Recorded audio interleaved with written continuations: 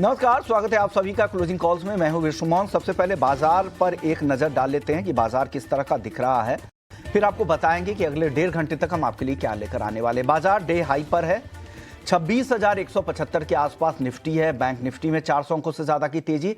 आज के बाजार में रेट सेंसिटिव सारे चल रहे हैं, जिसमें बैंकिंग, फाइनेंशियल्स, ऑटो, रियलिटी और उसके अलावा आईटी शेयरों से भी बाजार को अच्छा सपोर्ट मिल रहा है और मेटल स्टॉक से भी अच्छा सपोर्ट मिल रहा है। तो ये कुछ ऐसे सेक्टर है जहां बाजार की अच्छी रफ्तार है। लेकिन अगले 1.5 घंटे हम आपके लिए क्या खास लेकर आने वाले हैं। शुरुआत करेंगे एफएनओ की स्ट्रैटेजी। इंडेक्स के लेवल पे आपको कौन कौन से लेवल देखने हैं ये आपको बताएंगे, मार्केट में क्या हो रहा है ये आपको बताएंगे, और साथ ही 2:10 के हम लिए 2:10 पे हमारे एक्सपर्ट्स आपको क्लोजिंग ट्रेड्स देंगे, जहां पे बेहतरीन ट्रेडिंग आइडिया आपको दिए जाएंगे। इसके अलावा 2:40 पे ऑप्शंस मार्केट का एक बेहतरीन ट्रेड आपके लिए होगा। 3 बजे आपके लिए होगा मार्केट एट 3, जहां पर एक्शन वाले स्टॉक्स की पूरी लिस्ट हम आपके लिए लेकर आएंगे। और 3:10 पर BTST और STBT कॉल्स होगा, और 3:20 पर इवेंट्स हुआ, जहां पर बाजार बंद होने के बाद कौन कौन सी ऐसी खबरें हैं जिसका कल बाजार पर इंपैक्ट हो सकता है, ये भी लिस्ट हम आपके लिए लेकर आएंगे। लेकिन चलिए, बाजार में ब्रॉडर मार्केट में क्या हो रहा है उससे पहले आपको बाजार की एक बार बड़ी बातें बता देते हैं कि आज क्या कुछ हो रहा है बाजार में। तो बड़ी बातें में निफ्टी देखिए करीब करीब 140 अंकों से ज्यादा की तेजी है। ब्याज दर में कटौती से बाजार की हरियाली लौटी है। अच्छी मजबूती के साथ आज के सत्र में कारोबार हो रहा है। शुरुआत में हमने देखा था बाजार निगेटिव जोन में था, रेड जोन में था, लेकिन अब देखिए अच्छी तेजी। निफ्टी बैंक में 400 अंकों से ज्यादा की मजबूती, 59,700 के ऊपर निफ्टी बैंक आ चुका है। अच्छी मजबूती के साथ बैंक निफ्टी में आज के सत्र में कारोबार हो रहा है। रेट सेंसिटिव चल रहे हैं, उसका फायदा साफ तौर से यहां पर दिख रहा है बैंकिंग और फाइनेंशियल्स में। और बाकी सेक्टर्स की बात करें, फाइनेंशियल्स के अलावा रुपए की कमजोरी से आईटी में तेजी है, और HCL टेक को अगर आज देखें तो 2% से ज्यादा की तेजी है। तो आईटी से बाजार को पूरा सपोर्ट मिल रहा है। आईटी के अलावा एक और सेक्टर है जहां बाजार में अच्छी मजबूती दिख रही है, वो है मेटल का। मेटल शेयरों में उछाल है। हिंडाल्को 2% से ज्यादा की मजबूती के साथ आज के सत्र में कारोबार कर रहा है। तो एक अच्छा सेटअप बाजार में दिख रहा है। चलिए, बाजार की कुछ बड़ी बातें थी, लेकिन बाजार के लिए बजर्स क्या है, कौन कौन से ऐसी लिस्ट हैं जहां पर आपको आज नजर रखनी चाहिए, बजर्स जान लेते हैं। तो रेट कटौती की हम बात कर रहे हैं। आरबीआई ने जैसे ब्याज दरों में कटौती का फैसला किया, सारे सरकारी बैंकों ने भी पार्टिसिपेशन बढ़ा दी, और पीएसयू की जो एक गिरावट 2 दिनों में हमने देखी थी वो अब थमती नजर आ रही है। वापस यहाँ पे अक्रॉस द बोर्ड अच्छी तेजी है। SBI, IDFC, first bank, private बैंकों में देखें, और PNB और SBI PSU में अच्छी तेजी के साथ आज के सत्र में कारोबार कर रहे हैं। तीनों ही स्टॉक में 1.5% से के आसपास की तेजी दिख रही है। इसके अलावा फाइनेंशियल स्टॉक्स में देखें तो श्रीराम फाइनेंस है, यहाँ पर अच्छी तेजी है। बजाज सब में अच्छी तेजी दिख रही है। बजाज फाइनेंशियल्स में अच्छी तेजी दिख रही है। तीनों ही काउंटर देखिए 2.5 से 3% से ज्यादा की मजबूती यहाँ पर तीनों ही काउंटर में देखने को मिल रही है। तो बैंक्स और फाइनेंशियल्स यहाँ से अच्छा सपोर्ट मिला है बाजार को। रुपए की कमजोरी, हालांकि आज रुपए में रिकवरी भी लौटी थी, लेकिन वापस से 90 के ऊपर जा चुका है $1 का भाव, और उसका फायदा आईटी में मिल रहा है। और लगातार तीसरा ट्रेडिंग डे है जहां पर आईटी से बाजार को सपोर्ट मिल रहा है। दिग्गज आईटी कंपनियां देखिए, HCL, इन्फोसिस, विप्रो, ये दिग्गज तो चल ही रहे हैं, 1 से 2% की तेजी दिखाई रहे हैं। मिड कैप और स्मॉल कैप आईटी शेयर्स में भी अच्छी तेजी के साथ आज के सत्र में कारोबार हो रहा है। कुछ खबर्स देखें तो Shriram pistons and rings 1670 crore के अधिग्रहण की खबर से इस स्टॉक में अच्छी तेजी दिख रही है, और आज के सत्र में देखिए करीब 9% का तेज उछाल दिख रहा है। और ग्रुप एंटोलिन चाकान के अधिग्रहण के लिए एग्रीमेंट पर साइन हुआ है। इस खबर के बाद से इस तरह की तेजी यहां पर भी आई है। एक स्मॉल कैप स्टॉक जो आपको बताना जरूरी है। चलिए, ये तो बाजार की बड़ी बातें हुई, बजर्स भी हमने रख दी। बाजार के लिए सेटअप क्या है, अगर निफ्टी या बैंक निफ्टी के अगर आप लेवल जाना चाहते हैं तो हमने कुछ लेवल्स आइडेंटिफाई किए हैं। सबसे पहले निफ्टी के उन लेवल्स को देखते हैं। उससे पहले आज आरबीआई ने जो फैसले किए उसके बारे में बता दूं कि आरबीआई ने ब्याज दरों में जो कटौती का फैसला किया, इससे पूरे ही बाजार में एक जोश भरा, और पूरे ही रेट सेंसिटिव सेक्टर का एक मूड सुधरा, और लग रहा है कि आने वाले समय में कैपेक्स साइकिल वापस से यहाँ पे बूस्ट हो सकता है और इसका फायदा अक्रॉस द बोर्ड हो सकता है। ये एक अहम चीजें थी बाजार के लिहाज से। और सपोर्ट सबसे ज्यादा अभी रेट सेंसिटिव में दिख रही है, उसके बाद धीरे धीरे हो सकता है कि बियॉन्ड अन्य सेक्टर्स में भी खरीदारी यहाँ पे लौटे। इसके अलावा मेटल्स है, आईटी है, यहाँ से भी अच्छा सपोर्ट यहाँ पर देखने को मिल रहा है। निफ्टी की स्ट्रैटेजी की बात करें तो निफ्टी का जो ब्रॉडर रेंज अभी दिख रहा है अब नियर टर्म का 25,900 नीचे में सपोर्ट लेवल दिख रहा है, 26,300 एक ऊपर का रेजिस्टेंस दिख रहा है। 26,326 ये एक अहम टेक्निकल लेवल है। अगर इसके ऊपर निफ्टी निकलता है तो एक डिसाइसिव मूव यहां पे दिख सकता है, एक फिर से एक बड़ी रैली की तरफ निफ्टी जा सकता है। तो टेक्निकल लिहाज से देखें तो 26,326 एक अहम पड़ाव है, उसके ऊपर निकलना चाहिए। ऑप्शंस के आंकड़े देखिए अगर ऑप्शन चेन के तो 26,200 अब बाजार को पार करने में वीकली ऑप्शंस में दिक्कत हो सकती है। ट्यूसडे को एक्सपायरी है निफ्टी की, उससे पहले 26,200 पे जिस तरह के ओआई दिख रहे हैं कॉल साइड में, उससे लग रहा है कि 26,200 को पार करने में दिक्कत हो सकती है। फिर अगला पड़ाव 26,300 का है। नीचे में अब सपोर्ट बन गया 26,100 का, जो सपोर्ट का लेवल वो शिफ्ट हुआ है। 26,100 पर सबसे बड़ा सपोर्ट है, क्योंकि वहां पर पुट ऑप्शंस के जो ओआई आप देखेंगे पुट साइड के तो काफी ज्यादा है, जो बाजार को सपोर्ट के काम कर सकते हैं। आसानी से 26,100 भी टूटता हुआ नहीं दिख रहा है। उसके बाद अगला सपोर्ट है 26,000 का। ये ऑप्शंस आंकड़ों के आधार पर उससे ब्रॉडर रेंज हमने बता दिया है 25,900 26,300 पे आपको कैसे ट्रेड करना है नियर टर्म में, ये आप देख सकते हैं। बैंक निफ्टी के लेवल्स की बात करें तो बैंक निफ्टी में 60,000 अब एक अहम रेजिस्टेंस बनता दिख रहा है और 59,500 एक नीचे में आपके लिए सपोर्ट का रेंज बन गया है।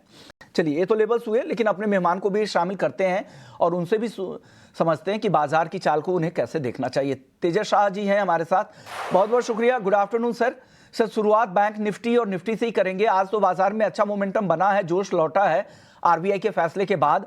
आप कैसे दिख रहे हैं इस बाजार की चाल को? अगर कोई डेरिवेटिव मार्केट में ट्रेड करना चाह रहा है फ्यूचर्स में और ऑप्शंस में, उनके लिए क्या सलाह देंगे? निफ्टी को लेकर भी दें और बैंक निफ्टी को लेकर भी। गुड आफ्टरनून और आपको और सभी दर्शकों को मेरा नमस्कार। निफ्टी की हम बात करें तो निफ्टी में जो है आज पोस्ट आरबीआई पॉलिसी एक अच्छी खासी रैली देखी है। बट जैसे कि आपने अपने ओपनिंग रिमार्क में बताया कि 26,300 एक अहम रेजिस्टेंस जोन है। जब तक ये बड़ा निकलेगा नहीं, वो लेवल के ऊपर बड़ी तेजी नहीं है, तो अभी लग रहा है 26,300 के करीबन जो एक नया हाई बना था निफ्टी, उसके बाद निफ्टी एक कंसोलिडेशन रेंज में ट्रेड कर रहा है। 26,000 का एक साइकोलॉजिकल सपोर्ट है और 26,300 का रेजिस्टेंस है। बट ओवरऑल जो है रणनीति बाय एंड डिप्स की रखनी चाहिए। यहाँ से अगर कोई गिरावट आती है 26,050 से लेके 26,100 के बीच में, तो बाई करना चाहिए निफ्टी में विद स्टॉप लॉस बिलो 25,950 और ऊपर में लक्ष्य रहेगा 26,300 का। और बैंक निफ्टी की बात करें तो बैंक निफ्टी में 60,000 से लेके 60,200 के करीबन एक स्ट्रॉन्ग रेजिस्टेंस जोन है। लास्ट टाइम हमने वहां से हल्की सी मुनाफा वसूली देखी है। अगर 60,200 का लेवल अगर बैंक निफ्टी डिसिसिवली पार करता है तो मुझे लग रहा है बैंक निफ्टी में 1800 से लेके 2,000 पॉइंट तक की रैली आ सकती है। So next target for bank Nifty above 60,200 will be directly at 62,000। तो बैंक निफ्टी का स्ट्रक्चर भी काफी स्ट्रॉन्ग है, बट खाली एक ही है कि एक रेजिस्टेंस जोन हमें सरपास करना है आने वाले दिनों में। सो निफ्टी और बैंक निफ्टी में दोनों में बाय ऑन डिप्स की रणनीति रखनी चाहिए। बैंक निफ्टी दोनों में बाय ऑन डिप्स की स्ट्रेटजी करे। लेकिन सर अभी डेटा देख रहा हूँ, लग रहा है कि 759,700 59,800 एक रेजिस्टेंस जोन लग रहा है बैंक निफ्टी में। क्या कोई डाउनसाइड पुल बैक की भी संभावना यहां पर बन रही है क्या बैंक निफ्टी में, तेजस जी? देखिए हल्की सी मुनाफा वसूली आ सकती है। 58,400 500 तक बैंक निफ्टी जा सकता है। आज थोड़ी सी हमने रैली देखी थी, बट स्ट्रक्चर देखेंगे तो पोजिशनल स्ट्रक्चर काफी स्ट्रांग है। तो जब भी कोई गिरावट आती है तो बाय एंड डिप्स की रणनीति रखिए। और जैसे कि मैंने बताया 60,200 के ऊपर अगर बैंक निफ्टी निकलता है on a daily closing basis तो 1800 से 2,000 पॉइंट की रैली आ सकती है बैंक निफ्टी में। तो ये सलाह बैंक निफ्टी और निफ्टी बैंक, कुल मिलाकर राय यही है कि आप यहां पे बाय ऑन डिप की स्ट्रेटजी के साथ काम करना चाहिए। चलिए अब शुरू कर लेते हैं क्लोजिंग ट्रेड्स।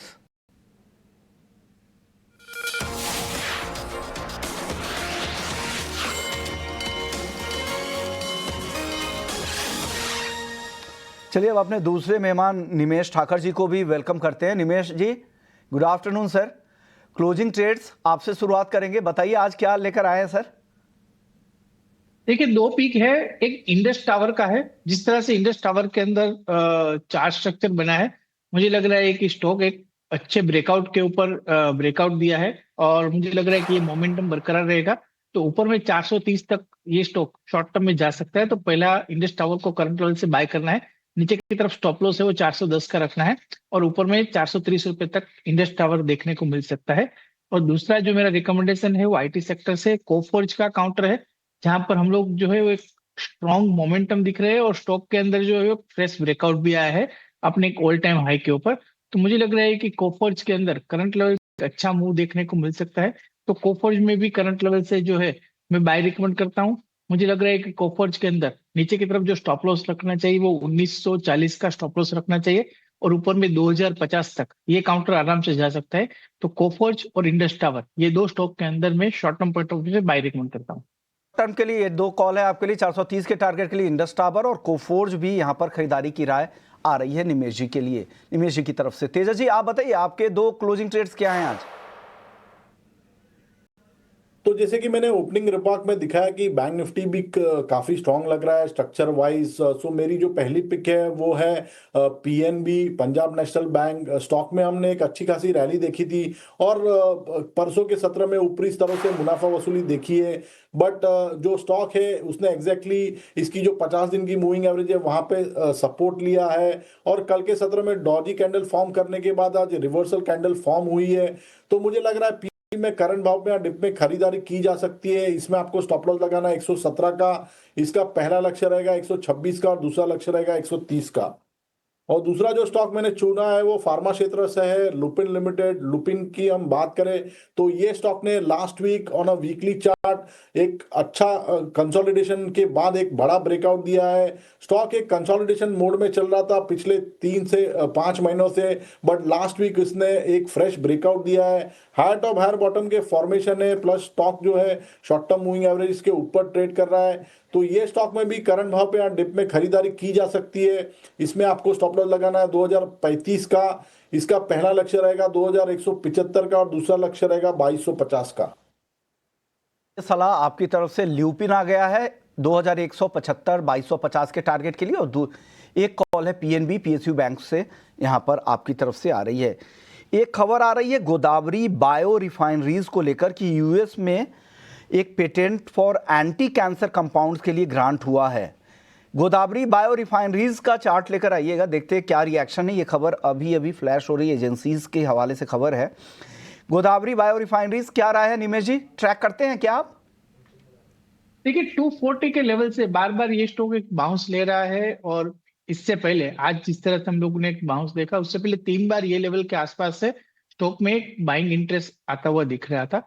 आज जिस तरह से वॉल्यूम के साथ स्टॉक के अंदर हम लोग स्ट्रेंथ देख रहे हैं, ऑलमोस्ट 10% की स्ट्रेंथ दिख रही है।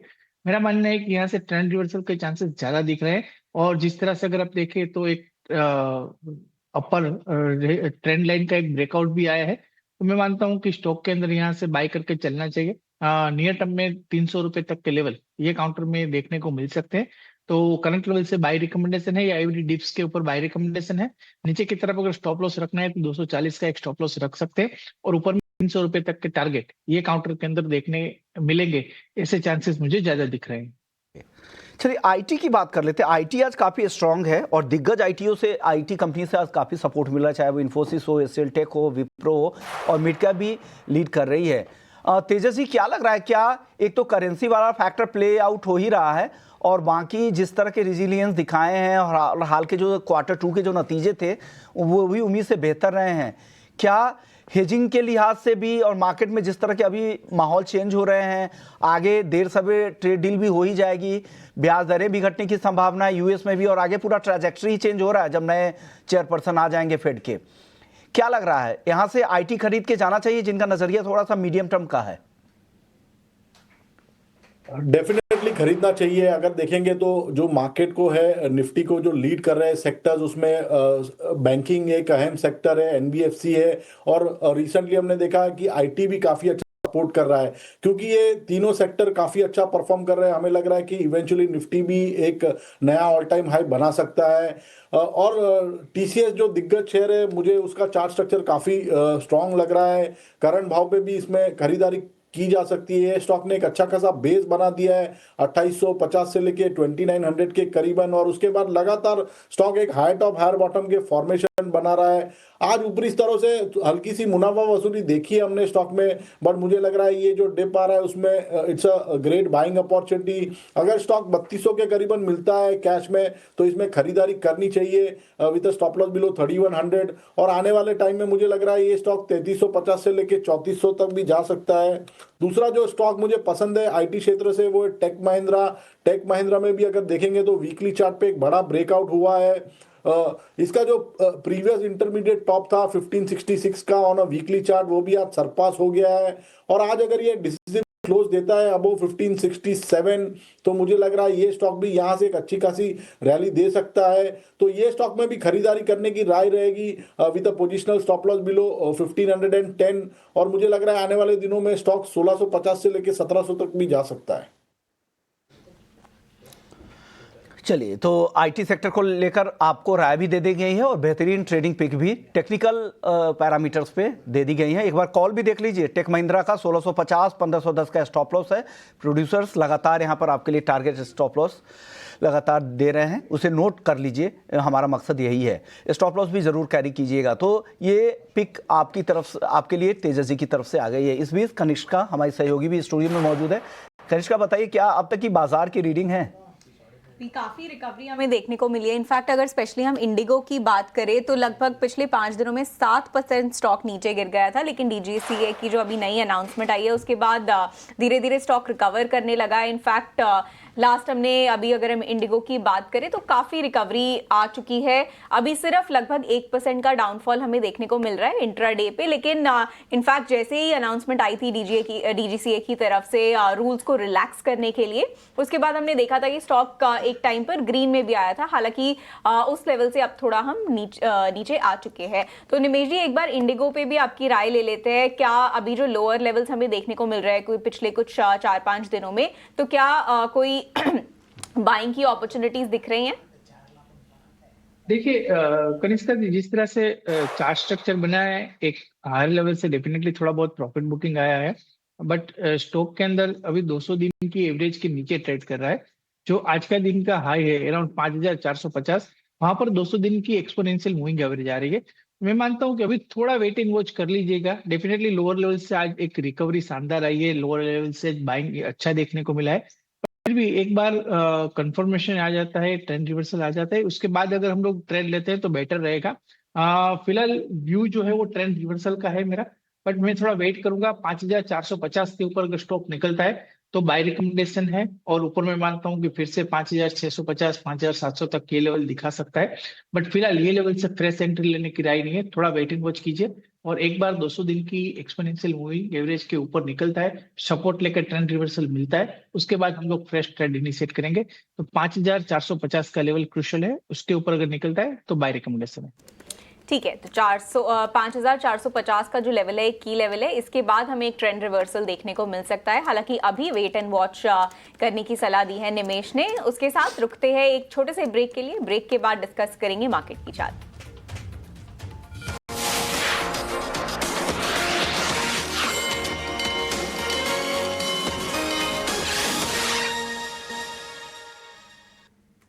स्वागत है आपका 18 स्वदेश में। आप देख रहे हैं क्लोजिंग कॉल्स, और बढ़ते हैं अपने अगले न्यूज की तरफ, जो कि है प्राइम मिनिस्टर मोदी और रशिया के प्रेसिडेंट व्लादिमीर पुतिन की अभी जो मीटिंग है वो दिल्ली में चल रही है। बायलेटरल टॉक्स अंडरवे हैं, और इनसे कई सेक्टर्स हैं जिन पे काफ़ी इम्पैक्ट आ सकता है, जो कि एजेंडा पर है, जैसे डिफेंस, एनर्जी। इन सभी सेक्टर एक पॉजिटिव इम्पैक्ट देखने को मिल सकता है जब उनकी अनाउंसमेंट आएगी। जो उनकी बातचीत अभी दिल्ली में जारी है उसके बाद।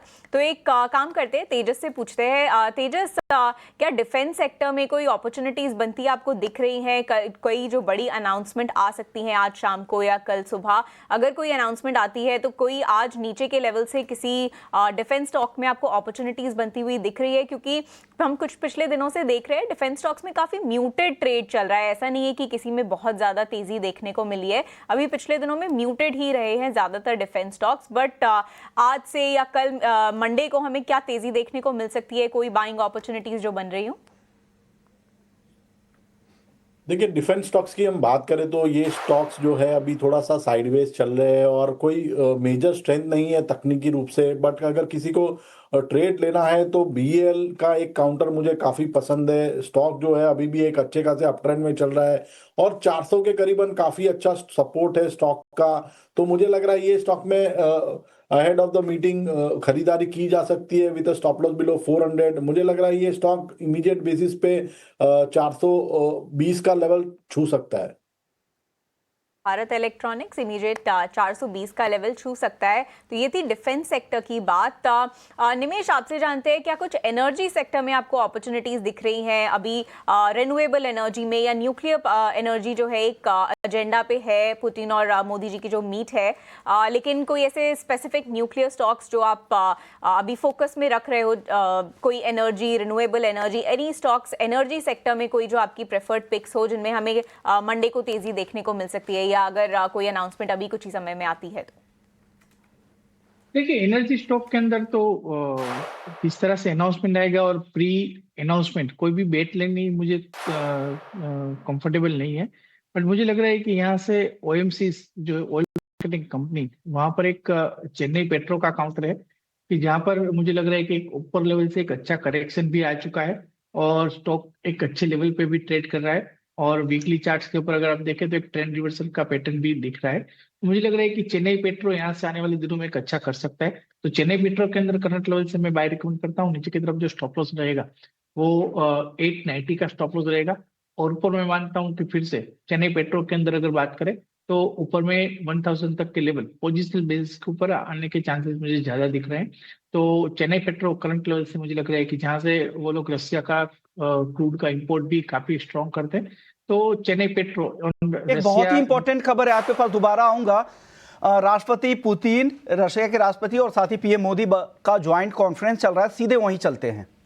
Federation on cooperation in migration and the agreement between the government of the Republic of India and the government of the Russian Federation on temporary labor activity of citizens of one state in the territory of the other state.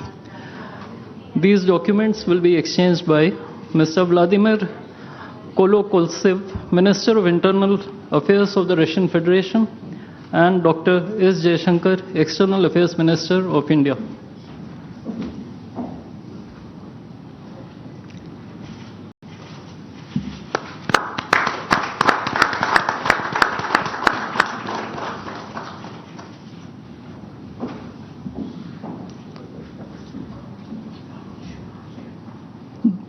The next two documents include the agreement between the Ministry of Health and Family Welfare of the Republic of India and the Ministry of Health of the Russian Federation on the cooperation in the field of healthcare, medical education and science, as well as the agreement between the Food Safety and Standards Authority of India of the Ministry of Health and Family Welfare of Republic of India and the Federal Service for Surveillance on Consumer Rights Protection and Human Well-being of the Russian Federation in the field of food safety cooperation. These two agreements will be exchanged by Mr. Mikhail Albertovich Murashko, Minister of Health of the Russian Federation, and Dr. S. Jaishankar, External Affairs Minister of India.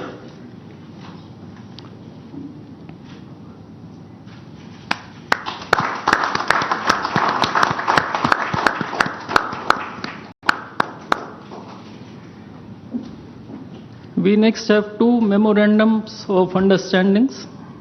These include the MOU between the Ministry of Ports, Shipping and Waterways of the Republic of India and the Ministry of Transport of the Russian Federation on the training of specialists for ships operating in polar waters, and the MOU between the Ministry of Ports, Shipping and Waterways of the Republic of India and the Maritime Board of the Russian Federation. These documents will be exchanged by Mr. Andrei Sergeyevich Nikitin, Minister of Transport of the Russian Federation, and Sri Sarvananda Sonoval, Minister of Ports, Shipping and Waterways of India.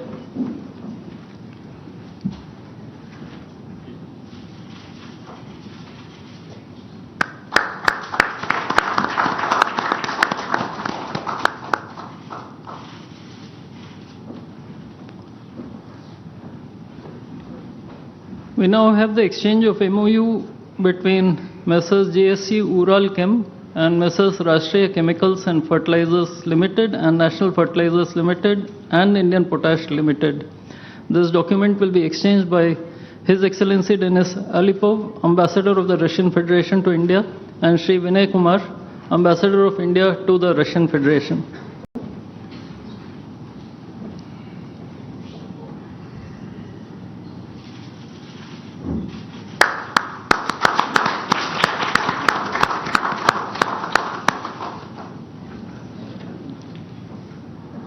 The last two documents include the protocol between the Central Board of Indirect Taxes and Customs of the Government of the Republic of India and the Federal Customs Service of the Russian Federation for cooperation in exchange of pre-arrival information in respect of goods and vehicles moved between the Republic of India and the Russian Federation, and the bilateral agreement between the Department of Posts, Ministry of Communications of the Republic of India. तो ये joint conference से पहले की तस्वीरें जहां पे अधिकारी level पर यहाँ पर एक दूसरे से संबोधन एक दूसरे को कर रहे हैं और फिर बातचीत आगे बढ़ेगी और ज्वाइंट कॉन्फ्रेंस भी किया जाएगा। चलिए वक्त है एक छोटे से ब्रेक का। ब्रेक के बाद जब लौटेंगे तो इन दोनों के ज्वाइंट स्टेटमेंट से निकालेंगे कि कौन कौन से सेक्टर और स्टॉक्स पर सबसे ज्यादा असर हो सकता है और आपके लिए फायदे की बात क्या है, चर्चा करेंगे ब्रेक के बाद। जल्द लौटते हैं।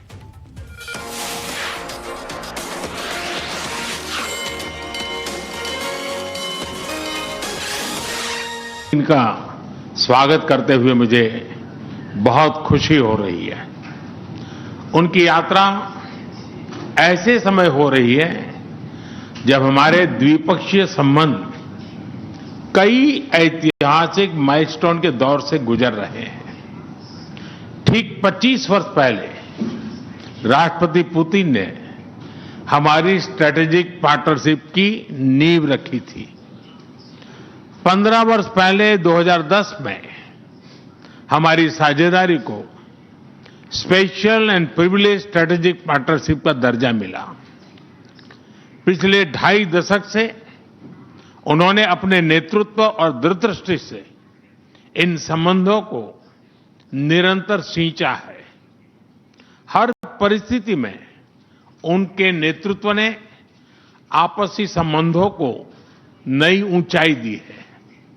भारत के प्रति इस गहरी मित्रता और अटूट प्रतिबद्धता के लिए मैं राष्ट्रपति पुतिन का, मेरे मित्र का हृदय से आभार व्यक्त करता हूं।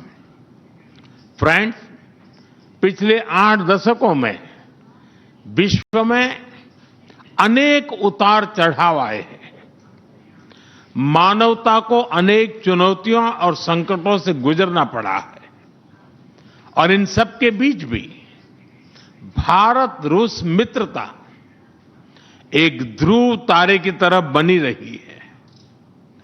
परस्पर सम्मान और गहरे विश्वास पर टिके ये संबंध समय की हर कसौटी पर हमेशा खरे उतरे हैं। आज हमने इस नींव को और मजबूत करने के लिए सहयोग के सभी पहलुओं पर चर्चा की।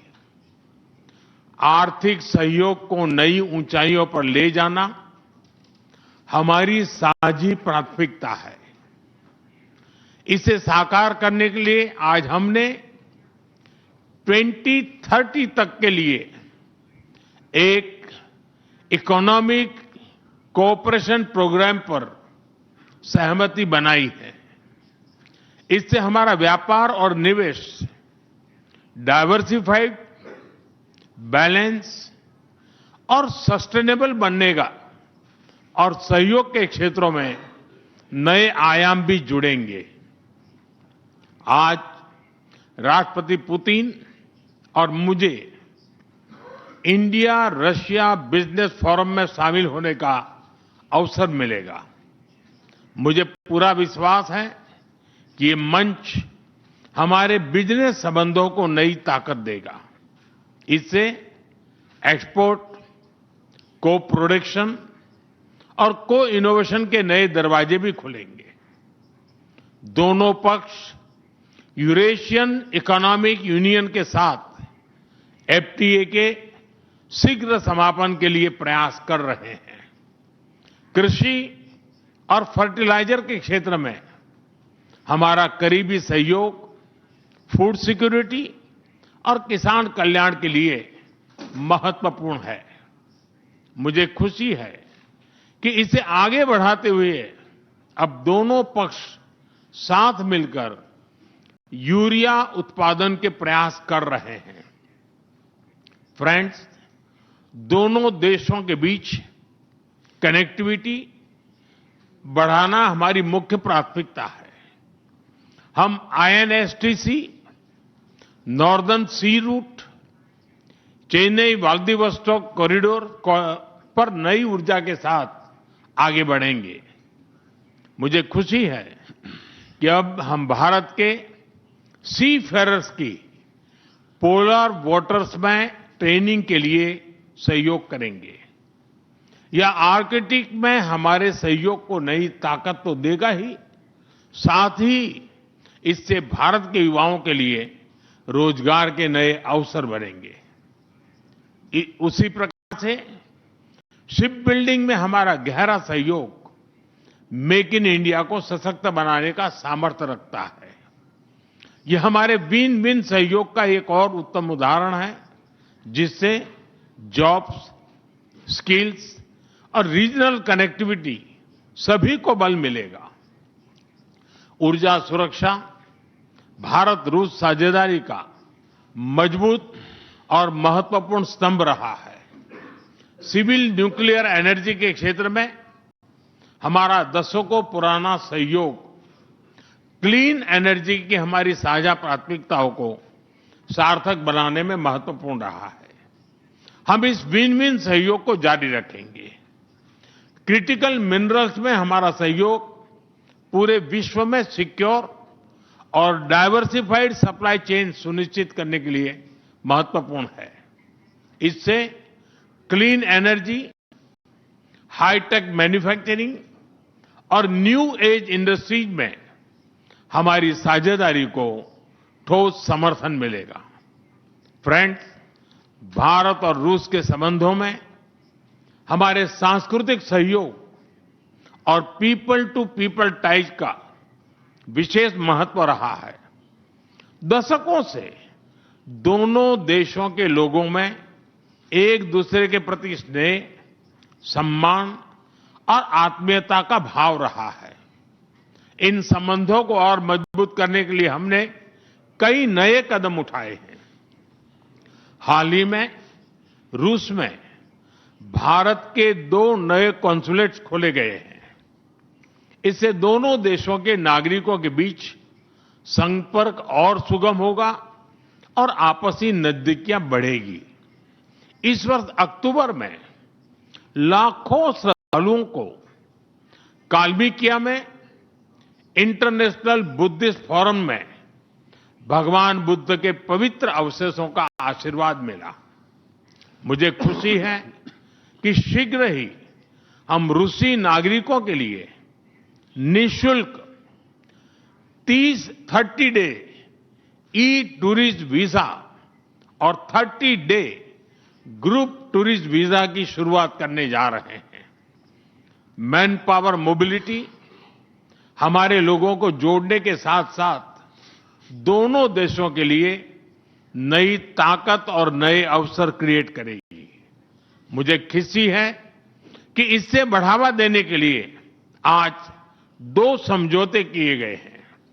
हम मिलकर वोकेशनल एजुकेशन, स्किलिंग और ट्रेनिंग पर भी काम करेंगे। हम दोनों देशों के स्टूडेंट्स, स्कॉलर्स और खिलाड़ियों का आदान प्रदान भी बढ़ाएंगे। फ्रेंड्स, आज हमने क्षेत्रीय और वैश्विक मुद्दों पर भी चर्चा की। यूक्रेन के संबंध में भारत ने शुरुआत से शांति का पक्ष रखा है। हम इस विषय के शांतिपूर्ण और स्थायी समाधान के लिए किए जा रहे सभी प्रयासों का स्वागत करते हैं। भारत सदैव अपना योगदान देने के लिए तैयार रहा है और आगे भी रहेगा। आतंकवाद के विरुद्ध लड़ाई में भारत और रूस ने लंबे समय से कंधे से कंधा मिलाकर सहयोग किया है। पहलगाम में हुआ आतंकी हमला हो या क्रोकस सिटी हॉल पर किया गया कायरतापूर्ण आघात, इन सभी घटनाओं की जड़ एक ही है। भारत का अटल विश्वास है कि आतंकवाद मानवता के मूल्यों पर सीधा प्रहार है और इसके विरुद्ध वैश्विक एकता ही हमारी सबसे बड़ी ताकत है। भारत और रूस के बीच यूएन, G20, ब्रिक्स, एससीओ तथा अन्य मंचों पर करीबी सहयोग रहा है। करीबी तालमेल के साथ आगे बढ़ते हुए हम इन सभी मंचों पर अपना संवाद और सहयोग जारी रखेंगे। एक्सेलेंसी, मुझे पूरा विश्वास है कि आने वाले समय में हमारी मित्रता हमें ग्लोबल चैलेंजेस का सामना करने की शक्ति देगी और यही भरोसा हमारे साझा भविष्य को और समृद्ध करेगा। मैं एक बार फिर आपको और आपके पूरे डेलीगेशन को भारत यात्रा के लिए बहुत बहुत धन्यवाद देता हूं। स्पासिबा।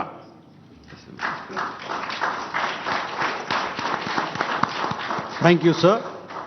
May I now request His Excellency Mr. Vladimir Putin, President of the Russian Federation, to give his remarks to the media.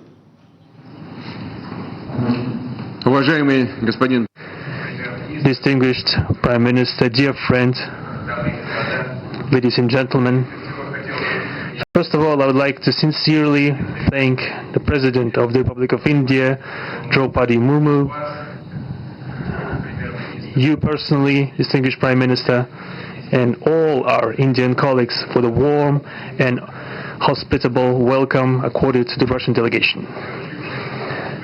The negotiations that we've just had with the Indian colleagues, and as well as our talk yesterday with distinguished Mr. Modi in the form of tete-a-tete at his residence, the dinner was great. I would like to thank you for this sign of attention. These talks were very useful. They were held in a constructive and a friendly atmosphere in the spirit of the special and privileged partnership between Russia and India. I would like to point out that we and Prime Minister Modi have established close working dialogue. In September this year we met during the SEO summit in Tianjin. We are regularly having telephone calls. We are personally overseeing some aspects of the development of Russian-Indian cooperation, all the strategic avenues, and also we are monitoring the course of the implementation of key bilateral projects. And today, with the participation of our delegations, we have meticulously and substantively reviewed the whole range of relevant questions of the Russian-Indian multifaceted interaction. We exchange our opinions on the relevant global. तो आप सुन रहे थे यहाँ पे Vladimir Putin साहब को। रूस के प्रेसिडेंट और साथ ही पीएम मोदी का ज्वाइंट कॉन्फ्रेंस चल रहा है जहाँ पे कुछ बड़े ऐलान हुए हैं। उस पर एग्री सेक्टर में काफ़ी कुछ यहाँ पर बड़े ऐलान हुए हैं, जिसमें एक तो यूरिया का उत्पादन करेंगे और रूस में एक नया प्लांट भी लगेगा जिसमें भारतीय कंपनियां और रूस की जो उरल केम करके कंपनी है वो मिलकर स्थापित करेगी। मैं चाहूंगा कि एनएफएल को दिखाइए आप, और एनएफएल के अलावा आरसीएफ, इन दोनों के चार्ट लेकर आइए। मुझे लगता है इन दोनों को काफ़ी फायदा होगा। भारत सरकार की कंपनी है फर्टिलाइजर सेक्टर की। इन दोनों में देखिए क्या शार्प मूव आया है। ज्वाइंट कॉन्फ्रेंस के बाद देखिए इस तरह की तेजी आई है, 7% ऊपर है डे हाई पर, और ये तेजी अभी आई है कुछ ही देर पहले। और आरसीएफ में भी इसी तरह की तेजी होगी। आरसीएफ और एनएफएल, इन दोनों पर एक व्यू ले लेते हैं। निमेश जी बताइए, एक जबरदस्त स्विंग आया इस खबर से, हालांकि ये न्यूज बेस्ड खबर है। क्या करना चाहिए आरसीएफ में और एनएफएल में? अभी भी मौके लग रहे हैं क्या? देखिए, जिस तरह से आरसीएफ का चार्ट स्ट्रक्चर है वहां पर थोड़ी बहुत स्ट्रेंथ दिख रही है, और जो शॉर्ट टर्म मूविंग एवरेज है 21 एक्सपोनेंशियल उसके ऊपर निकला है और वॉल्यूम भी अच्छा है, तो वहां पर एक चांस ले सकते हैं। एनएफएल के अंदर जिस तरह से स्ट्रक्चर है, एक वीक स्ट्रक्चर है और इसको टेक्निकल बाउंस ही गिना जाएगा। बट मेरी राय बने कि अभी थोड़ा वेट एंड वॉच कीजिए। आरसीएफ में मुझे लग रहा है कि ये 142 के ऊपर जो है वो काफी स्ट्रॉन्ग बन जाएगा और ऊपर में 150 तक के चांसेस ज्यादा लग रहे हैं। तो अगर दोनों में से एक का सिलेक्शन करना है तो मैं डेफिनेटली आरसीएफ का सिलेक्शन करूंगा एनएफएल की जगह पे। को पसंद है और यही दोनों नहीं, इसके अलावा मद्रास फर्टिलाइजर, फैक्ट, ये भी स्टॉक्स चल रहे हैं। तो फर्टिलाइजर में इस खबर से, यूरिया प्लांट की खबर से और मिलकर यूरिया उत्पादन करेंगे, इस खबर के बाद से यहां पे एक जबरदस्त तेजी यहां पर दिख रही है और ये तेजी सारे स्टॉक्स में अभी अभी आई है, कुछ मिनटों की ये तेजी है। ऐसे कुछ और स्टॉक्स आपको बताएंगे और उसके बाद उन स्टॉक्स पर आपको क्या करना चाहिए हमारे एक्सपर्ट्स बताएंगे। जल्द लौटते हैं।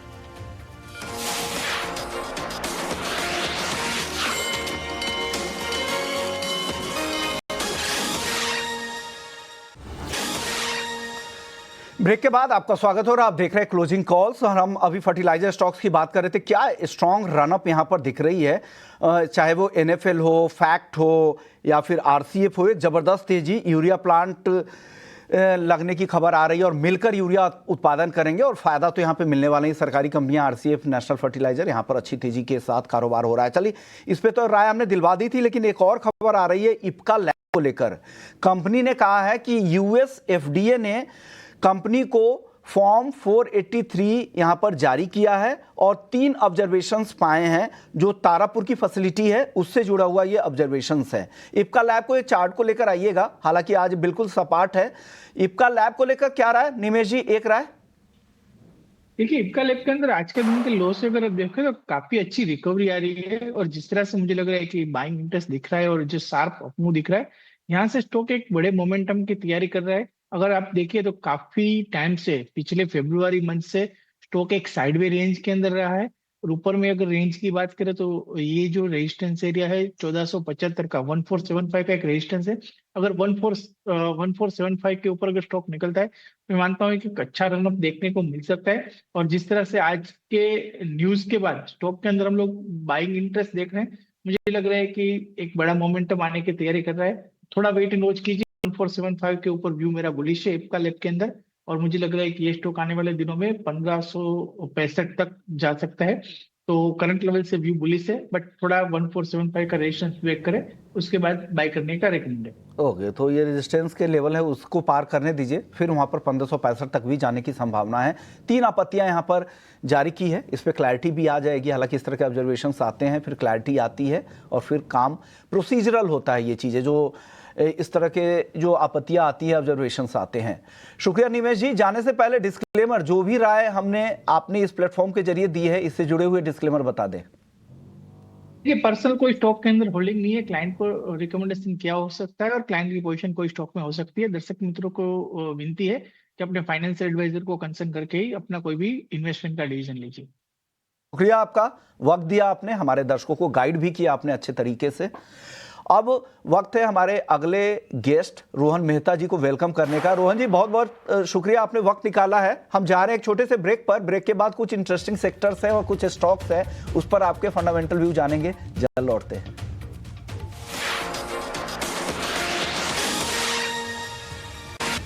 ब्रेक के बाद आपका स्वागत है और आप देख रहे हैं क्लोजिंग कॉल्स। बाजार की चाल देखिए तो ये तेजी अच्छी दिख रही है, 140 अंकों की और सस्टेनेबल रैली दिख रही है। जैसा हम शुरुआत में कह रहे थे कि 26,200 ऑप्शन चेन के हिसाब से एक रेजिस्टेंस का काम कर रहा है, वो बिल्कुल उसको रेस्पेक्ट भी कर रहा है, क्योंकि जिस तरह के ओआई के नंबर दिख रहे हैं कॉल साइड में, 26,200 के ऊपर निकलने में दिक्कत हो सकती है ये वीकली एक्सपायरी के लिए। और 26,100 अब नियर टर्म में एक सपोर्ट भी यहां पर दिख रहा है। चलिए, तो बाजार में निफ्टी की बात हुई। बैंक निफ्टी की तेजी इस समय और भी बढ़ी है, 59,800 के करीब आ चुका है। एक पहला रेजिस्टेंस यही है 59,800, उसके बाद 60,000 एक अहम पड़ाव होगा, उसको पार करने में दिक्कत अभी दिख रही है। तो 500 अंकों की तेजी यहां पर ही दिख रही है। रेट सेंसिटिव अच्छे चल रहे हैं, जिसमें बैंकिंग से सरकारी बैंक्स अच्छा परफॉर्म कर रहे हैं। SBI, PNB, bank of Baroda, bank of India, ये तमाम ऐसे बैंक हैं जो आज अच्छी तेजी के साथ कारोबार कर रहे हैं। रोहन मेहता जी हैं, फंडामेंटल एनालिस्ट है। सरकारी बैंकों में वापस से ये तेजी लौटी है। सरकार ने जो एफडीआई लिमिट बढ़ाने वाली थी वो उसका खंडन किया है और साथ ही प्राइवेटाइजेशन जैसी जो अटकलें चल रही थी उस पर भी विराम लगा दिया है। उससे एक मुनाफा वसूली लौटी थी, लेकिन अब वापस से खरीदारी लौटी है। क्या ये मोमेंटम जारी रह सकता है? क्या नेक्स्ट लेग ऑफ रैली की शुरुआत फिर से हो रही है क्या पीएसयू में? या हम बहुत बुलिश रहे हैं पीएसयू बैंक्स में फ्रॉम 1 to 2 years बहुत बड़ी वैल्यू दिख रही है। और जहां पे थोड़ा करेक्शन की जरूरत थी, देखो कोई भी चीज मोमेंटम में आप देखने जाओ तो एवरी स्टॉक नीचे से तकरीबन 25 to 45% बढ़ गया था। Specifically Indian bank is the leader. तो हमको लग रहा है कि यहाँ पे थोड़ा एक अच्छा है कि ये चीज हुआ and that is taken it ahead, so very positive for it. और अभी भी लग रहा है कि वैल्यू बहुत है, तो इन्वेस्टमेंट भी कर सकते हैं, अगर आपके पास हो तो वो होल्ड भी करना चाहिए। आपको अगर इन्वेस्टमेंट भी कर सकते हैं और होल्ड भी कर सकते हैं, ये लंबी अवधि का थोड़ा सा नजरिया यहाँ पर इनकी तरफ से। आज ऑटो स्टॉक्स भी अच्छे चल रहे हैं और कई सारे ऑटो शेयर्स है, क्योंकि रेट सेंसिटिव पे आज फोकस है बैंकिंग, फाइनेंशियल्स और ऑटो कंपनीज में भी। और खास करके जो दिग्गज ऑटो कंपनियां, वहां से तो सपोर्ट मिल ही रहा है, ऑटो इंडस्ट्रीज भी चल रही हैं। आप बताइए, ऑटो में मारुति, आयशर, ये तमाम ऐसे स्टॉक्स है जो ठीक ठाक परफॉर्म कर रहे हैं। यहाँ पर कुछ पसंद आ रहा है ऑटो सेक्टर में आज आपको, रोहन जी?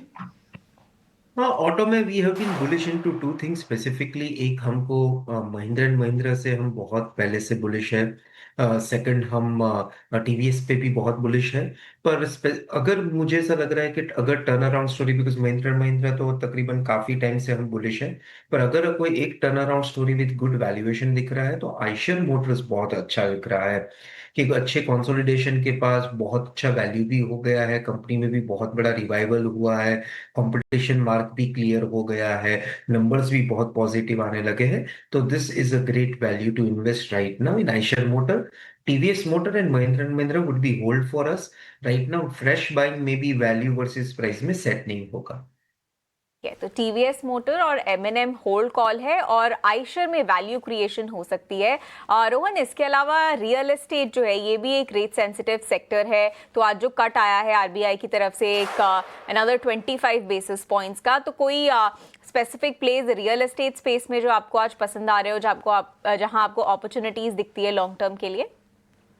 नहीं, वो we have been seeing real estate from last 1 year, और हम बहुत क्लियर है कि एक भी कंपनी ऐसी नहीं है जहाँ पे नंबर्स भी बहुत पॉजिटिव है और टर्न अराउंड भी दिख रहा है। और स्पेसिफिकली टॉप डीएलएफ ये सब की बात करें तो ये एक सेक्टर लगाड़ है and we have been a seller in the sector. तो sell is from this side. हम देखते हैं कि इसमें क्या हो रहा है, ये नंबर से अगर कोई रिवाइवल आता है नंबर साइड तो हम देखते हैं, पर अभी भी एक इन्वेस्टमेंट पॉइंट के लिए real estate is doesn't make sense. ठीक है, तो इन्वेस्टमेंट्स के लिए अभी रियल एस्टेट से थोड़ा दूर रहेंगे, रोहन की ये राय है। रोहन, इसके अलावा फाइनेंशियल्स आज काफ़ी अच्छा कर रहे हैं। Shriram finance, Bajaj Finserv, Bajaj finance, सभी में आज काफ़ी तेज़ी है, लगभग 2 से 3% की, 3.5% की। तो कोई लॉन्ग टर्म अपॉर्चुनिटीज़ जो आप फाइनेंशियल स्पेस में जो आपको सबसे ज़्यादा पसंद हो? पीएसयू बैंक्स के बारे में हम पहले ही बात कर चुके हैं, इसके अलावा कोई एनबीएफसीज या large private banks? Yeah, means 100% financial services are the top performing sector in market today. Highest performing है, डेटा के हिसाब से बात कर रहे हैं, हमारे फंड में भी हाईएस्ट है। मैं जो नाम ले रहा हूँ उसमें हमारा निवेश है for sure. Shriram finance is our top pick. Coming to very interesting, Bajaj finance, Muthoot finance भी बहुत अच्छा लग रहा है हमको। अभी भी प्राइवेट बैंक इतनी अच्छी नहीं लग रही है, पर एनबीएफसी स्पेस में लार्जर फाइनेंस कंपनीज जो ये टॉप 3 नाम लिए, अभी आप बोलोगे कि टॉप 3 नाम में बहुत ऑब्वियस है, पर ये मार्केट में भी, इतने मार्केट में भी this companies are doing exceptionally very well. Private bank में एक कंपनी अभी भी मुझे ऐसा लग रहा है कि थोड़ा कंसोलिडेशन के बाद there can be a buying opportunity, would be HDFC bank. बहुत अच्छे लेवल पे मिल रहा है तो इट कुड बी बाय। पर एनबीएफसी में Shriram, Bajaj and Muthoot is our topics. चलिए, तो ये फाइनेंशियल्स को लेकर, बैंकिंग और फाइनेंशियल्स को लेकर आपकी राय आ गई है, लेकिन एक अहम अपडेट ये भी है कि आम लोगों को कर्ज के मोर्चे पर एक बार फिर से राहत मिल सकती है। आरबीआई ने आज की पॉलिसी में एक बार फिर से 4.5% दरों में कटौती कर दी है। इसके साथ ही पिछले साल दिसंबर से अब तक दरों में 1.25% की कटौती हो चुकी है। नई कटौती के बाद आपकी ईएमआई कितनी घटेगी, एक बार प्रशांत पांडे से समझ लेते हैं। प्रशांत, बताइए क्या डिटेल्स आपने निकाले हैं? बिल्कुल, और जो तस्वीर सामने आ रही है, जैसा आपने कहा कि ये रेट कट और इसके अलावा दिसंबर 2024 से लेकर अभी तक का जो रेट कट है, जो 1.25% के आसपास बैठता है, इन दोनों पहलुओं से कुछ डेटा और आपकी ईएमआई पे क्या फ़र्क पड़ने वाला है वो मैं आपके सामने बारी बारी से रखूंगा। तो आप देखिए, अगर आपने 50 लाख का लोन लिया है 20 साल के लिए, तो मौजूदा जो रेट है अगर हम 8.1% लेते हैं तो वो 42,134 रुपए का आता है। अब यही 0.25% जो दरें आज घटी हैं वो देखेंगे तो ये घटकर हो जाएगा 41,356। इस हिसाब से आप देखेंगे तो हर महीने आपको 778 रुपए की बचत होती नजर आ रही है। अब थोड़ा सा अमाउंट बढ़ा देते हैं। आप देख रहे हैं कि 1 करोड़ का अगर आप लोन लेते हैं और वहां पर यही 0.25% की कटौती नजर आती है। नेक्स्ट अगर हम ग्राफिक्स आपके सामने ले आए तो आप देखेंगे कि यहां पर 1 करोड़ का लोन अगर आप 20 साल के लिए लेते हैं तो यहां पर आपको 0.25% के हिसाब से कटौती जो है वो नजर आती है।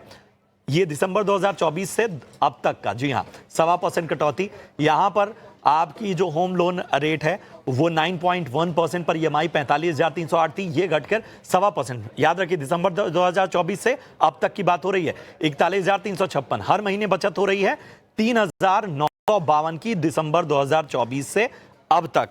अब आते हैं थोड़ा अमाउंट और बढ़ाते हैं। जो 1 करोड़ की मैं बात कर रहा था वहां पर देखें, अगर आप 1 करोड़ का लोन लेते हैं और इस लोन को आप 20 साल के लिए लेते हैं तो 0.25% के हिसाब से यहां पर मौजूदा EMI जो रेट है वो घटकर पहुंचेगी 84,267 पे। जी हां, ये देखिए, अब 1 करोड़ को अगर सालाना आधार पर आप देखें, जो 1.25% अब तक कटौती हुई है उस आधार पर देखिए, यहां पर जो है 1.25% दरें घटने के बाद 82,715 का अमाउंट आता है और हर महीने बचत होती है 7,902 की।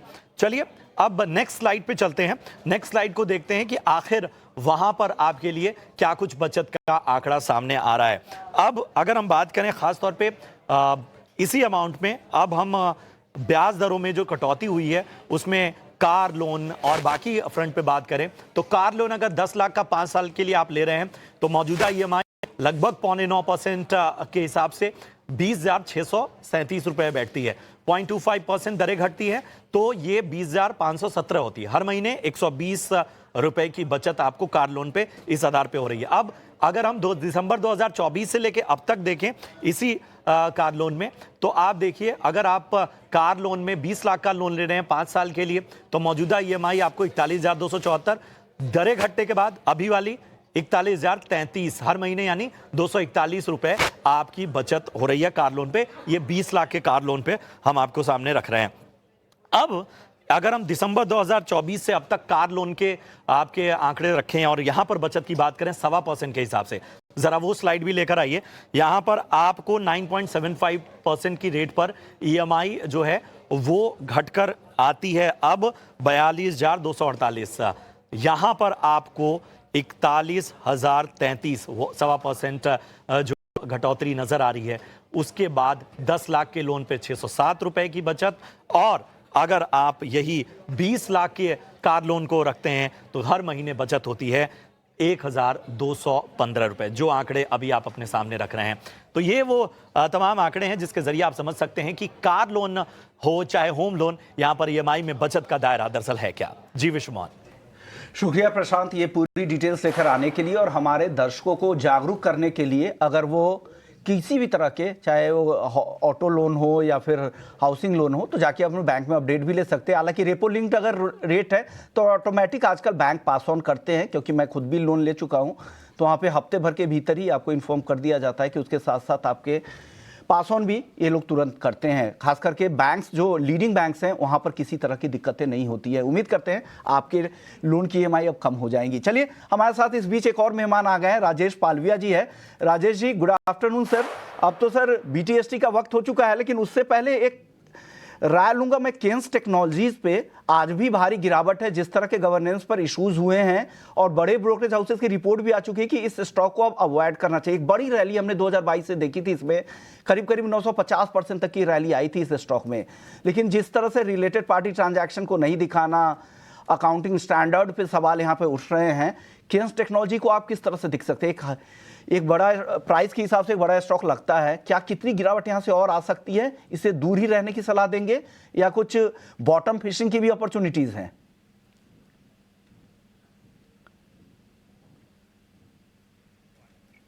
सर अनम्यूट कीजिएगा सर, हम लोग सुनना चाहते हैं आपको।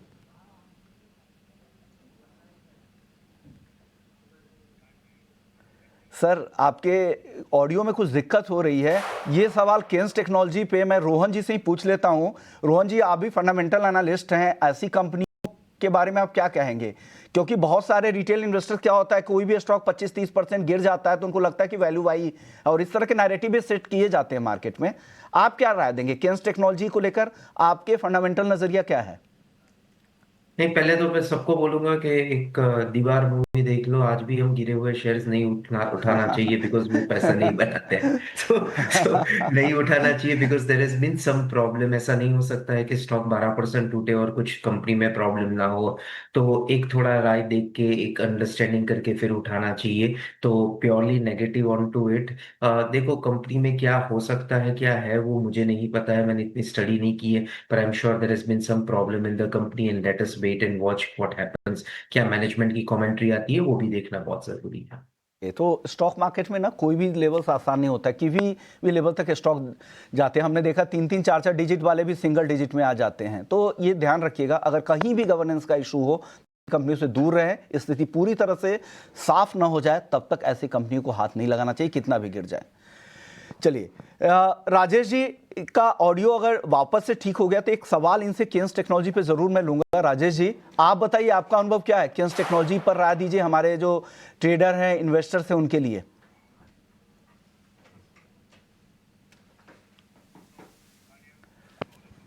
ओके, चलिए सर, कुछ दिक्कत है टेक्निकल, उसे दूर करते हैं। उसके लिए हम ब्रेक ले लेते हैं। ब्रेक पर पूरी तरह से आपके ऑडियो ग्लिचेस को ठीक करेंगे और वापस से आपसे राय लेंगे। जल्द लौटते हैं।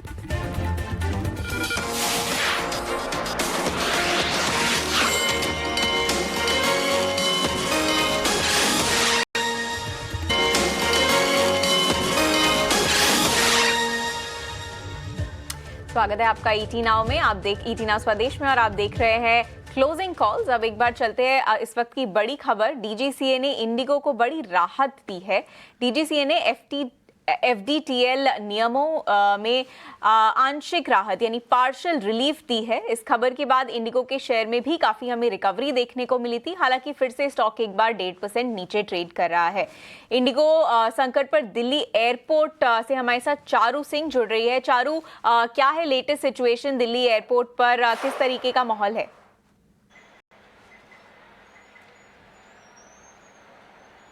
तो फिलहाल यहाँ पे काफ़ी सारे पैसेंजर्स काफ़ी गुस्से में और काफ़ी परेशानी में थे और हमने ये सुनने को भी आया कि कई लोग इंडिगो हाई भी कह रहे थे। मगर ये जानने से पहले ये जानना जरूरी है कि अब सिचुएशन में कितना सुधार आ सकता है। सबसे पहले तो ये जानना जरूरी है कि डीजीसीए ने इसके बारे में क्या किया है। तो डीजीसीए ने अभी राहत दी है इंडिगो को। ये एक टेम्पररी तरह की एक बार की दी जाने वाली राहत है, जिसमें उन्होंने कहा है कि जो भी घंटों वाली लिमिटेशंस पायलट्स की वर्किंग आवर्स पे पहले लगाई गई थी, या फिर रात को सिर्फ 2 लैंडिंग करने की जो अनुमति दी थी, उसको अभी हटाया जा रहा है। उनको ज्यादा लैंडिंग्स करने दी जाएंगी, उनको ज्यादा घंटे काम करने दिया जाएगा। वो कैसे किया जाएगा? उनके जो लीव होंगे, वीकली लीव्स होंगे या छुट्टी होंगी, उनको भी उनके रेस्टिंग आवर्स में काउंट कर लिया जाएगा। ये सब कुछ पैसेंजर्स के लिए उनका ट्रैवल थोड़ा और स्मूथ हो जाए, इसलिए किया जा रहा है। जैसे कि हम ये भी देख पा रहे हैं कि और एयरलाइंस ने नंबर ऑफ जो फ्लाइट्स हैं दिल्ली और मुंबई के बीच में वो बढ़ा दी है, ताकि पैसेंजर्स उनकी सेवाओं का भी उपयोग कर पाए। इसके साथ साथ कि मिनिस्ट्री ऑफ सिविल एविएशन में भी कई मीटिंग्स चल रही हैं, रिव्यू मीटिंग्स चल रही हैं। तो अभी इसके बाद जो भी डेवलपमेंट्स होंगे वो हम आपके सामने लाते रहेंगे। फिलहाल के लिए ये नहीं बताया गया है कि कब सारे का सारा ऑपरेशन स्टेबल हो जाएगा, लेकिन अभी एक तरीके की राहत डीजीसीए दे रही है और धीरे धीरे संभावना है कि सारे ऑपरेशन स्टेबल हो सकते हैं। ठीक है, थैंक यू चारू हमारे साथ जुड़ने के लिए और लेटेस्ट सिचुएशन बताने के लिए। रोहन, एक बार आपसे भी इंडिगो पर राय ले लेते हैं। क्या आपकी राय रहेगी इंडिगो पर? सुबह हमने मॉर्गन स्टैनली और ग्लोबल ब्रोकरेजेस के भी रिपोर्ट्स देखे थे और उन्होंने ये कहा था कि शॉर्ट टर्म में थोड़ी वॉलेटिलिटी हो सकती है, हालांकि लॉन्ग टर्म व्यू जो है वो इंटैक्ट है। बाय कॉल या ओवरवेट कॉल ही उन्होंने मेंटेन किया है। आपको क्या लगता है इन इश्यूज के बाद कैसा रिस्पॉन्स रहना चाहिए इंडिगो को लेकर? और इसके अलावा जो दूसरे प्लेयर्स है इंडस्ट्री में जैसे कि स्पाइसजेट, उन पर भी अगर आप राय दे सके तो।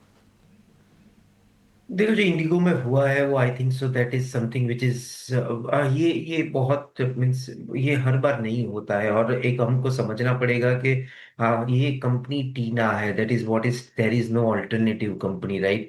तो ये सॉल्व हो जाएगा। तो आज की डेट में मुझे ऐसा लग रहा है कि इंडिगो अगर डिप आता है तो it would be a great company to buy around. Secondly कि आपका जो सेकंड क्वेश्चन है कि दूसरी कोई कंपनी, तो there is no company near about also कि जिसको एविएशन सेक्टर में बाय कर सकते हैं। तो IndiGo if we are available at 50-200 around about level, it would be a very interesting buy. Okay, तो इंटरग्लोब एविएशन को लेकर ये राय आपके लिए दे दी गई है। सर, एक और स्टॉक है आईटीसी होटल्स का। रोहन जी, आपकी राय चाहेंगे। ब्रिटिश अमेरिकन टोबैको कंपनी ने अपने स्टेक को कम किया है। पहले कंपनी का 15% से ज़्यादा का स्टेक हुआ करता था, अब घटाकर इन्होंने 6% कर दिया है। 15.3% का स्टेक हुआ करता था। क्या आईटीसी होटल्स को लेकर आपकी राय क्या है रोहन जी? नहीं, जो मैं देख रहा हूँ, हम होटल्स को बहुत अलग नजरिए से देखते हैं बिकॉज कंसिस्टेंट लेवल लाना बहुत डिफिकल्ट है। तो आईटीसी होटल्स में मैं it would B purely an exit from my side because profits भी डिप हो रहे हैं, बहुत कॉम्पिटिटिव बिजनेसेस है, तो on that level it would B an exit from my side. आपको लग रहा है कि यहाँ से एग्जिट करना ही ज़्यादा बेहतर रणनीति आपके लिए हो सकती है। मेटल्स में आज अच्छा मोमेंटम दिख रहा है। मेटल्स में हमने पहले भी देखा था, एक एक करके सारे मेटल चल रहे हैं। आज हिंडाल्को देखिए अच्छी तेजी के साथ यहाँ पे कारोबार हो रहा है। बीच में कॉपर दाम बढ़ने से और ब्रोकरेज के ऊपर के लक्ष्य आने से कॉपर कंपनियां चल रही थी। हिंदुस्तान कॉपर में अच्छी तेजी थी। इस स्पेस पर आपकी राय रोहन जी क्या है और टॉपिक क्या होगी मेटल्स में? मेटल्स इज इंटरेस्टिंग सेक्टर भी, टॉप थर्ड सेक्टर है जो आउट परफॉर्म कर रहा है, banking, financial services, autos, and the third is metal. So metal में आई थिंक जिंदाल, जेएसडब्ल्यू, ये दोनों अच्छे पिक है। मेटल में surprisingly interesting mid cap size, mid cap small cap ज्यादा इंटरेस्टिंग है लार्ज कैप की in comparison to. But yeah I can tell you that जिस हिसाब से मेटल टर्न अराउंड हो रहा है, we would not be surprise कि नेक्स्ट क्वार्टर का सबसे बेस्ट परफॉर्मर हो सकता है। It's a pure buy. तो ये राय मेटल्स को लेकर, और आपको अब इन्होंने अपनी पसंद की कंपनी भी बता दी है। फंडामेंटल नजरिया है, ये ध्यान रखिएगा। ये आप 1-2 दिन के लिए ट्रेड के लिए नहीं बता रहे हैं। रोहन जी बने रहिए। अब आपके लिए हमारी सहयोगी तृप्ति उपाध्याय और हमारे तमाम दर्शकों के लिए भी अगले हफ्ते के इवेंट्स की पूरी लिस्ट लेकर आई हैं। तृप्ति, बताइए कौन कौन से ऐसे इवेंट्स हैं जो बाजार बंद होने के बाद और अगले हफ्ते भी आने वाले हैं, जहां हमें नजर रखनी चाहिए? जी हाँ, देख लेते हैं अगले हफ्ते के लिए कौन से इवेंट्स अहम होने वाले हैं। यहाँ पर 8 दिसंबर के इवेंट्स पर अगर नज़र डालें तो चाइना में देखिए यहाँ पर ट्रेड डेटा के आंकड़े आएंगे। साथ ही जापान की अगर बात करें तो यहाँ पर जीडीपी डेटा आने वाला है, इन पर नज़र बनाकर रखिए। इंडियन मार्केट्स का रुख करें तो यहाँ पर कंपनी NACL में कंपनी का बोर्ड फंड जुटाने को लेकर विचार कर सकता है। साथ ही फिजिक्स वाला जो अभी अभी लिस्ट हुई है, इसके क्वार्टरली रिजल्ट भी यहाँ पर 8 दिसंबर को आएंगे, जिन पर आप अपनी नज़र रखिए। IPO के इस पर बात करें तो वेकफिट इनोवेशंस का IPO यहाँ पर खुलने वाला सब्सक्रिप्शन के लिए, और कोरोना रेमेडीज का IPO भी खुलेगा, जहां पर आपको पैसा लगाने का मौका मिलेगा। 9 दिसंबर के इवेंट्स देख लेते हैं तो यहाँ पर FOMC यानी फेड की बैठक शुरू होने वाली है। ब्याज दरों पर क्या फैसला आता है, इसके लिए बैठक शुरू होगी। MFI के आंकड़े आएंगे इंडियन मार्केट्स में, और निफ्टी की वीकली एक्सपायरी यहाँ पर 9 दिसंबर को होने वाली है, जिस पर अपनी नज़र रखिएगा। 10 दिसंबर के इंपॉर्टेंट इवेंट्स देखें तो FOMC की जो बैठक शुरू हुई थी 9 को, उसका अब यहाँ पर 10 दिसंबर को फैसला आने वाला है ब्याज दरों को लेकर, तो काफ़ी अहम इवेंट होने वाला है, इस पर नज़र रखें। चाइना में PPI और CPI के आंकड़े आने वाले हैं, जापान में भी PPI के आंकड़े आएंगे, इस पर भी नजर रखिए क्योंकि काफी इंपॉर्टेंट नंबर ये होता है। इंडियन मार्केट्स का रुख करें तो यहाँ पर एकस, मीशो और विद्या वायर्स की एक्सचेंजेस पर लिस्टिंग होने वाली है। तीन कंपनियों की लिस्टिंग होगी, बड़ा इवेंट होगा, तो यहाँ पर भी अपनी नजर रखिएगा। साथ ही IPOs में देखें तो नेफ्रोकेयर हेल्थ का IPO यहाँ पर खुलने वाला है, कोरोना रेमेडीज का IPO बंद होगा, वेकफिट इनोवेशंस का IPO भी यहाँ पर बंद होगा। ये थे IPOs के इवेंट जहां पर आपको अपनी नज़र रखनी है। साथ ही माइक्रोसॉफ्ट के जो CEO है सत्य नडेला, वो भारत आने वाले हैं, तो देखना होगा क्या डेवलपमेंट यहां पर होता हुआ नज़र आता है। 11 दिसंबर के इंपॉर्टेंट इवेंट्स देखें तो अमेरिका में बेरोजगारी के दावे के आंकड़े आने वाले हैं, और इंडियन मार्केट्स का रुख करें तो सेंसेक्स की वीकली एक्सपायरी यहाँ पर होगी। साथ ही आशियाना हाउसिंग में कंपनी फंड जुटाने को लेकर विचार करने वाली है। और जो अहम इवेंट एक और है, OPEC और IEA ऑयल मार्केट पर अपनी रिपोर्ट यहां पर जारी करेगी। 12 दिसंबर के इंपॉर्टेंट इवेंट्स देखें तो CPI और फॉरेक्स रिजर्व के आंकड़े यहाँ पर इंडिया में आएंगे। यूरोप में इंडस्ट्रियल प्रोडक्शन यानी IIP के आंकड़े आने वाले होंगे और जापान में भी IIP के आंकड़ों पर 12 दिसंबर को नजर रहेगी। इंडियन ऑयल में कंपनी फंड जुटाने को लेकर विचार कर सकती है और साथ ही नेफ्रोकेयर हेल्थ का IPO यहाँ पर 12 दिसंबर को बंद होने वाला है।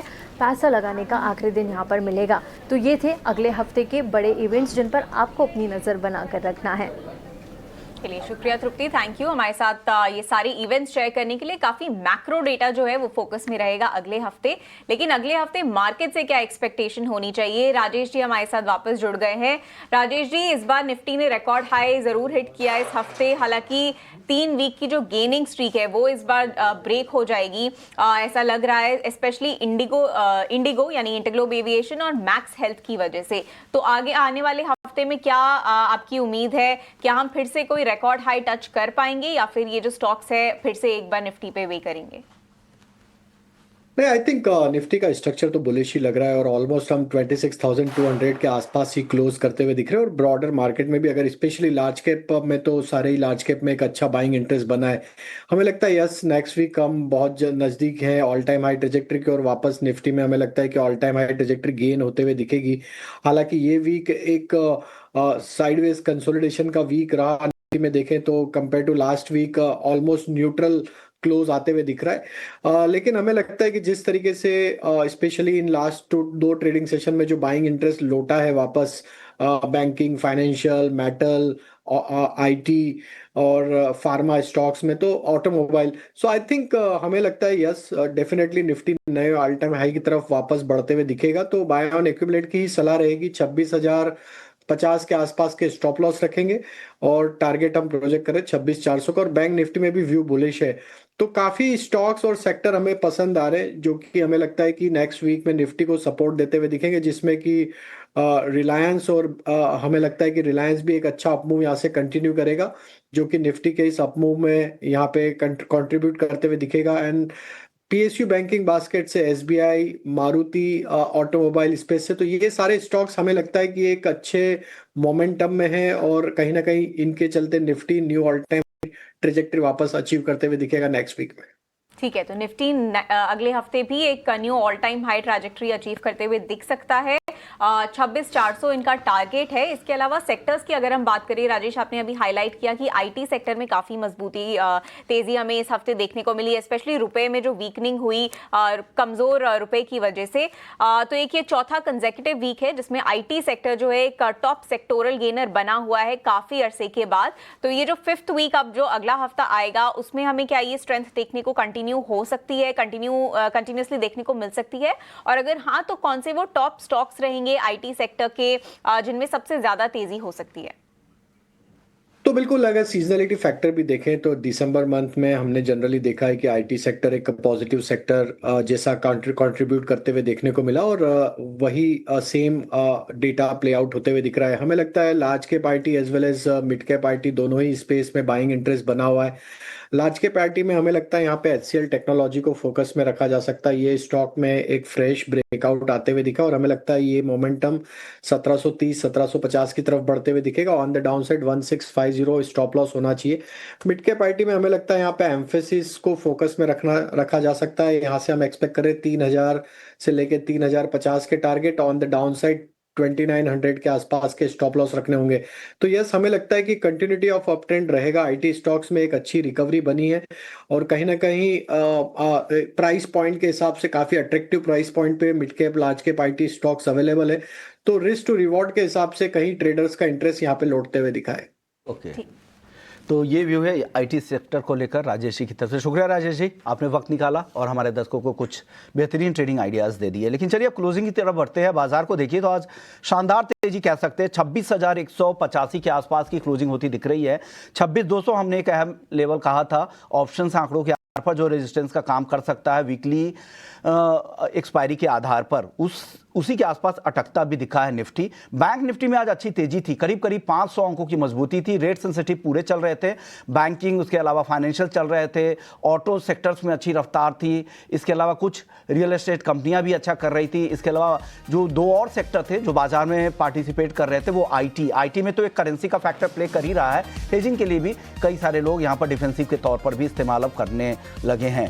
इसके अलावा एक और सेक्टर था मेटल, जहां पर अच्छा जोश देखने को मिला है। क्लोजिंग देखिए बिल्कुल 26,180 के बेहद करीब 147 अंकों की मजबूती निफ्टी में दिख रही है। बैंक निफ्टी 59,770 के आसपास की क्लोजिंग है। बढ़ने वाले शेयरों की बात करें जो दिग्गज थे, जहां पर सबसे ज्यादा आज के सत्र में तेजी दिखी है, उनमें आप देखें तो यहां पर श्रीराम फाइनेंस यानी फाइनेंशियल चल रहे हैं, एसबीआई, पीएसयू बैंकों में वापस से रफ्तार लौटी है। एसबीआई में देखिए करीब करीब 2.5% की दिखी। बजाज फिनसर्व, बजाज फाइनेंस ये दोनों अच्छे कर रहे थे, बजाज ट्विंस से अच्छा सपोर्ट मिला। अदानी एंटरप्राइजेज, ऑटो भी चल रहे थे जिसमें मारुति, बजाज ऑटो, ये सब तमाम ऐसे स्टॉक थे जहां आज के सत्र में तेजी दिखी थी। दिग्गज कंपनियों में अगर बात करें तो रिलायंस इंडस्ट्रीज, एचडीएफसी बैंक और आईसीसी बैंक, इन तीनों हेवी वेट से भी बाजार को काफी अच्छा सपोर्ट देखने को मिला है। आज के सत्र में कमजोर क्या थे जहां बाजार से जिसमें बाजार का सपोर्ट नहीं दिखा वो है इटर्नल का। HUL आज ही मर्जर की एक्स डेट थी, आइसक्रीम बिजनेस को इन्होंने किया है, तो हालांकि ये फेयर वैल्यू आज से ही इनका मिलना शुरू हुआ है, इस पर आगे अपडेट्स लेना जरूरी होगा। लेकिन इंटरग्लोब लगातार दूसरे दिन गिरावट, कियोस्क की वजह से इटर्नल में गिरावट भी थी। Trent, Sun Pharma, Tata motor passenger vehicle, जिस तरह से यूके JLR के बिक्री के नंबर खराब आए थे उसका दबाव यहां पर दिखा था। ONGC और डॉक्टर रेड्डीज जैसे कुछ स्टॉक थे जहां पर आज के सत्र में काफी ज्यादा गिरावट दिखी थी। लॉन्ग बिल्डअप वाले कुछ वायदा बाजार की शेयर्स की बात करें तो इंडस टावर, एसबीआई का, चोला इन्वेस्टमेंट जैसे स्टॉक थे जहां पर काफी अच्छी तेजी दिखी। शॉर्ट्स की बात करें जहां पर शॉर्ट्स आज बनते दिखे हैं वो उसमें है Petronet LNG, eternal, Himachal futuristic, HAL जैसे स्टॉक। और डिफेंस पर आज दबाव दिखा, जो उम्मीद थी, जिस उम्मीद की कि रूस के साथ कुछ बड़े अनाउंसमेंट होंगे वो हुआ नहीं और पहले से ही कुछ डिफेंस स्टॉक्स उस उम्मीद में चल भी रहे थे, उस वजह से भी यहां पर आज के सत्र में दबाव देखने को मिला है। चलिए इसी नोट पर क्लोजिंग कॉल्स को यहीं समेटेंगे। उम्मीद करते हैं आपका वीकेंड बेहतर हो और अगले हफ्ते की तैयारी के लिए तैयार हो जाइए। अगले हफ्ते की तैयारी के लिए बेहतरीन शो हम आपके लिए लेकर आने वाले हैं। उससे पहले रोहन जी और साथ ही राजेश जी, आपका बहुत बहुत शुक्रिया, आप लोगों ने वक्त निकाला, हमारे दर्शकों को गाइड किया, मुझे और कनिष्का को भी दीजिए इजाजत। नमस्कार।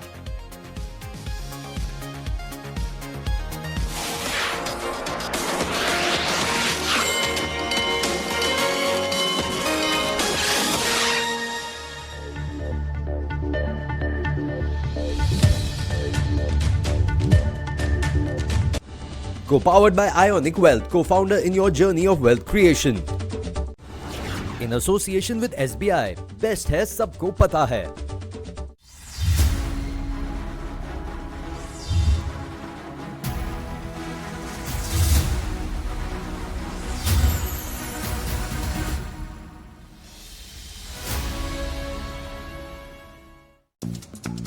इतने में क्या ही मिलेगा यार। सोना